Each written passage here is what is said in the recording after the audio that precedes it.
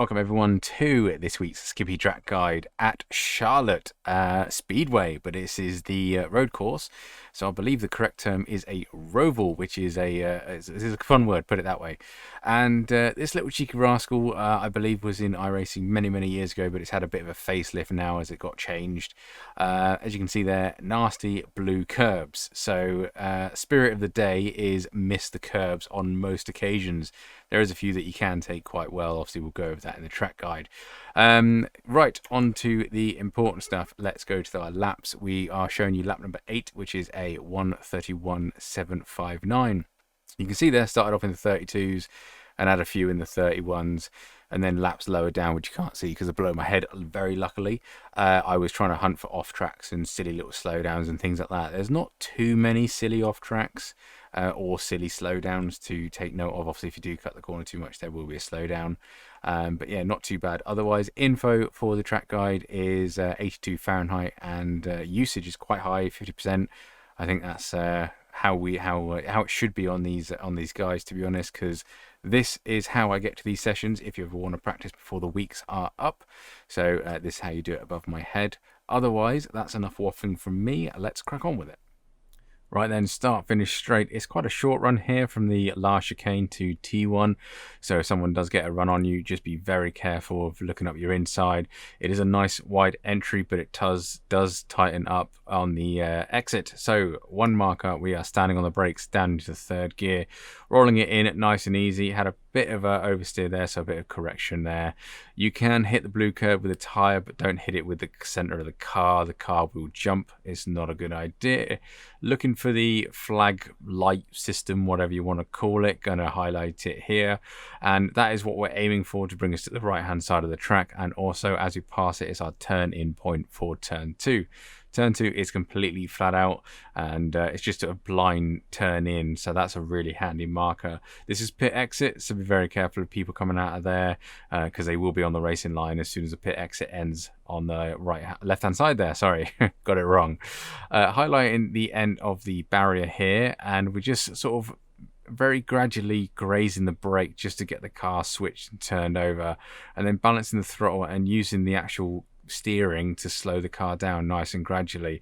You don't really touch the brakes too much. It's only a graze, as you can see here, like a tiny percentage. Change down to third gear at the second right-hander here, and you treat it as one big reducing radius corner. Avoid the blue curb because it only pushes you wide. It's a pain in the rear end, and we can use all of this track on the left-hand side. I don't know why they just don't put the curbing over here where I put my outside tires. That was strategic, honest. But yeah, no idea why. Speed up this little bit of a straight. Could be an overtaking opportunity into here. Just as we get to this painted marker here, I just want to clip it with a tire. Kind of as a nice, really good straight run for turn 5 now. It is completely flat out, and it is setting up our braking points. These barriers jot out on the right hand side here. Just as we pass them, that's where we want to stand on the brakes here. Down into third gear for turn 7. Really tricky because it is a little bit of an undulation change. You can take a lot more curb than I take, but you can see here I'm not getting on full throttle completely early because I don't run wide, because the track does come back here on the left hand side, which is quite a pain in the rear end. We do actually finish quite nicely, and we do actually hug the curves quite tight. This little blue line here is the blue line we want to follow now, because we're now coming back onto the oval. If you follow this blue line and leave it just as it really darts left, it kind of does leave you on a nice point here, trajectory. Be very careful in this wall on the right hand side, it will catch you out. Now this is the point we are looking miles ahead and hunting for that wall. You can see, look at my throttle trace. I'm not on full throttle yet because I don't want the car to push wide, because we've got a lovely top of the oval wall there, which is coming and greet us quite rapidly. So yeah, until you know you're going to miss it, don't get on full throttle. But we still need a good exit because we are now on full throttle for a hell of a long time. Get down to the bottom of the oval and try and minimize steering as much as you can. You can go down on the apron, but I wouldn't advise it. All you're going to do is just scrub speed off. The banking here does help straight line speed. People are going to go up your inside or your outside around here. Slipstream will be a thing, but basically just get your brake marker here, which is just after the 2 board / under it. We're standing, and I'm going down into third gear for the first left-hander here, and letting the car settle down a little bit. And I do hit the blue curb too much, but this is, you can see the car is not happy about it. Sparks everywhere, damaging front wing, not good. So red and white curbs for the win. Second gear for the second right-hander there, and we want a really good exit. Come all the way out to the left-hand side, almost give that wall a little tickle as you go past. This lovely painted bit, you can cut over there, not too trouble, but again, get on the banking again, just helps minimize side lateral sliding with the Skippy. All you're trying to do here is maximize straight line speed. People are going to come past you, and that's why I say don't worry about it. If they pass you on the first straight, you can always overtake them on the second one. This one's going to be the more important one anyway, because the start-finish line is coming up.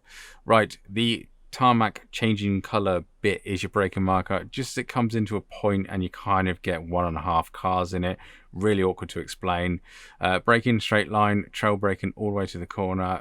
Nice on the yellow and white curbs. Third gear through this, it's quite flat, if that makes sense. Blue curb is quite handy to take. You see we do hit a bit of a bump on the outside, but it's not too much damage to carry on. So cross the line with a lovely 1:31.759. Really enjoy this track, and I think it's a good Skippy track. It's not going to be as slipstreamy as Monza. It's only got 2 sections, but I'm hoping the infield is technical enough that you can actually run away from people. Be very careful with the walls. They do pop up in numerous places, and be careful of the blue curbs. That's my main advice for this one. As always, folks, the full speed cockpit cam and chase cam are to follow, and let me know how you get along this week. It's a good track. I'm looking forward to it. Fingers crossed for good races, and I will catch you on the next one.